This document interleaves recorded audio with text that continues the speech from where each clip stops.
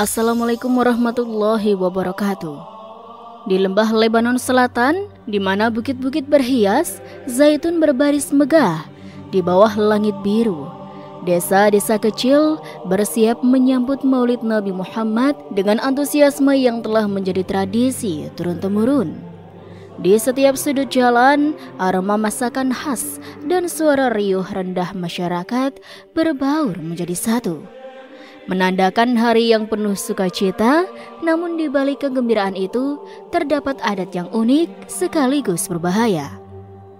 Tradisi menembakkan senjata api ke udara sebagai ekspresi kebahagiaan.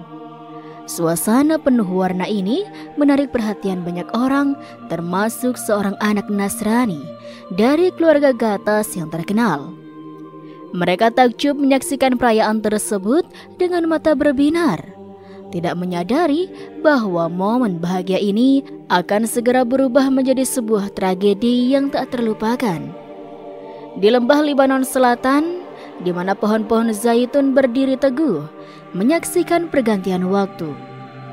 Desa kecil itu bersiap menyambut Maulid Nabi Muhammad SAW.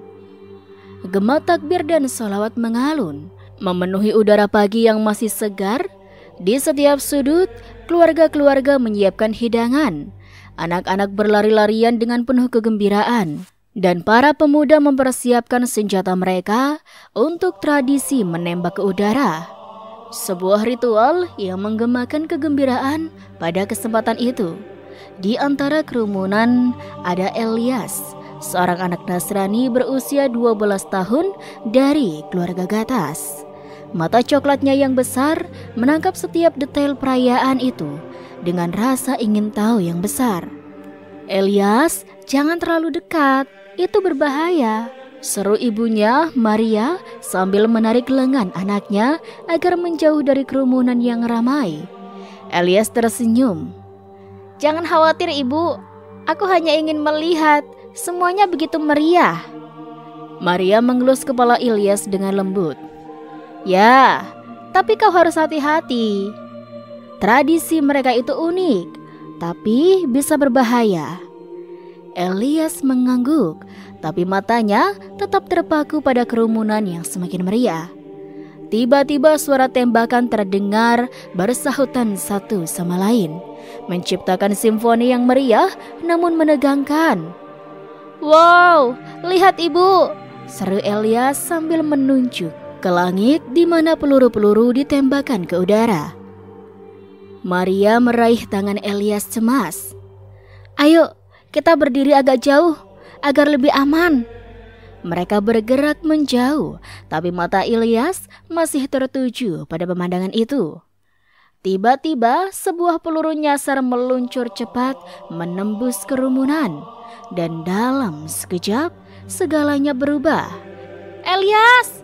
teriak Maria ketika melihat anaknya terjatuh. Dia berlari menghampiri Elias yang tergeletak tak berdaya. Darah merah membasahi rambutnya yang hitam.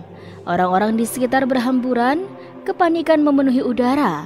Sementara Maria dengan air mata membanjiri wajahnya, memeluk tubuh anaknya yang dingin. "Tolong, tolong anakku!" teriaknya. Suaranya hampir tenggelam dengan kekacauan. Seorang pria dari kerumunan berlari mendekat dengan segera mengecek nadi Elias. "Cepat, bawa dia ke rumah sakit, aku akan membantu." Maria dengan putus asa menatap wajah anaknya. "Elias, bangunlah sayang. Tolong, jangan tinggalkan aku."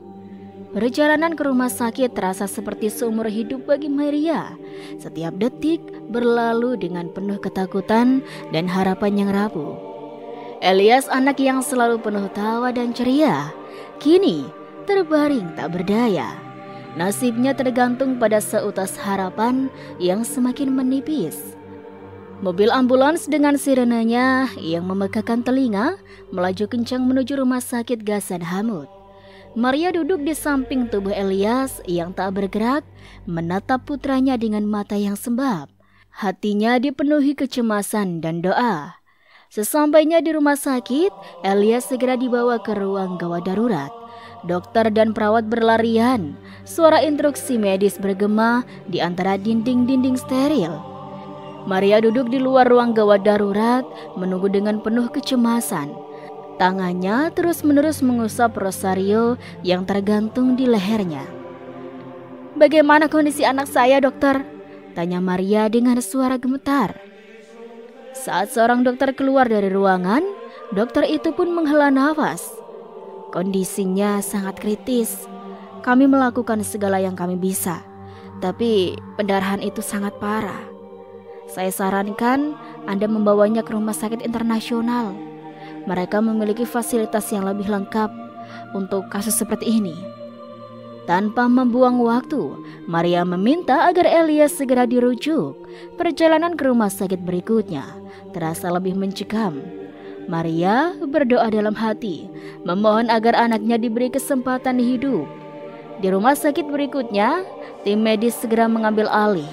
Elias dibawa ke ruang operasi dan Maria ditinggalkan lagi dengan kecemasannya.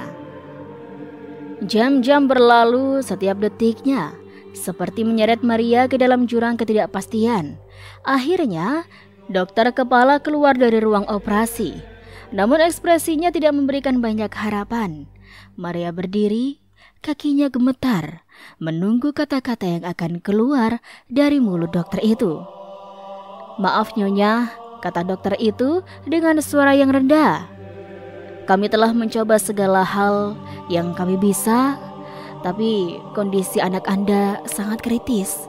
Saya tidak yakin dia akan bertahan. Anda mungkin ingin..." Suara dokter itu terputus, tidak tega mengatakannya. Maria menatap dokter itu, matanya berkaca-kaca. Tidak mungkin. Harus ada sesuatu yang bisa Anda lakukan, Dok. Tolong, jangan biarkan anak saya mati, Dok. Dokter itu menundukkan kepala. "Saya benar-benar minta maaf. Kami telah melakukan yang terbaik." Maria yang hancur oleh berita itu berjalan terhuyung-huyung ke ruang tempat Elias berbaring. Dia berlutut di samping tempat tidur, menggenggam tangan Elias yang dingin dan mulai berdoa dengan suara yang hampir tidak terdengar. "Tuhan, tolong anakku. Jangan biarkan dia pergi dariku. Dia masih terlalu muda, begitu penuh kehidupan. Tolong kasihanilah kami." Jam-jam berikutnya berlalu dalam keheningan dan doa, sementara Elias tetap tidak sadarkan diri. Hidupnya bergantung pada mesin-mesin yang berbunyi di sekitarnya.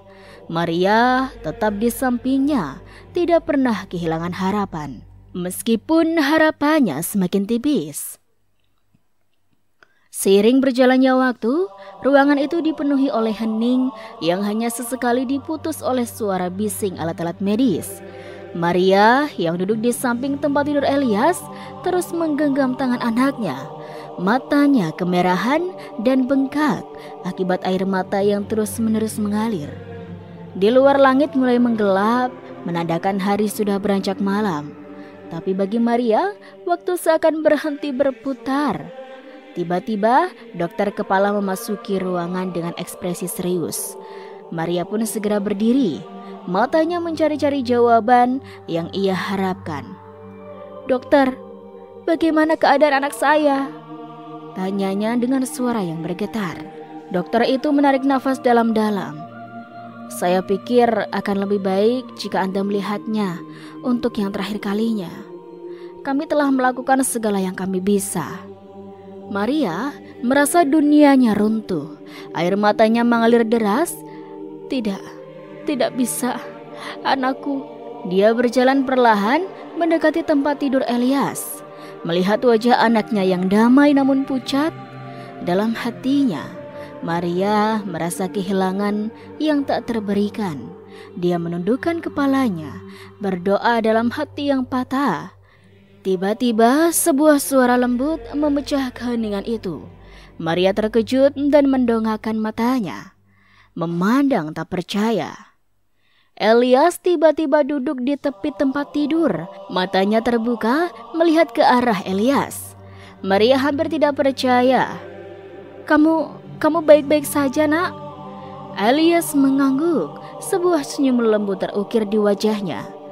Ibu, tutup semua pintu dan jendela, Bu. Dia jangan diperbolehkan keluar. Maria bingung. Siapa Elias? Siapa yang kamu bicarakan? Ibu, dia Muhammad. Nabi Muhammad, Bu. Jawab Elias dengan suara yang hampir tidak terdengar. Maria tercengang, tidak mengerti, tapi melihat anaknya yang sekarang tampak sehat dan bugar tanpa luka atau bekas tembakan di kepalanya. Air matanya yang tadi penuh dengan kesedihan kini berubah menjadi air mata kebahagiaan dan keheranan. Segera kabar tentang keajaiban yang terjadi menyebar ke seluruh rumah sakit. Para dokter dan perawat berkerumunan di sekitar ruangan Elias, ingin melihat sendiri keajaiban yang telah terjadi.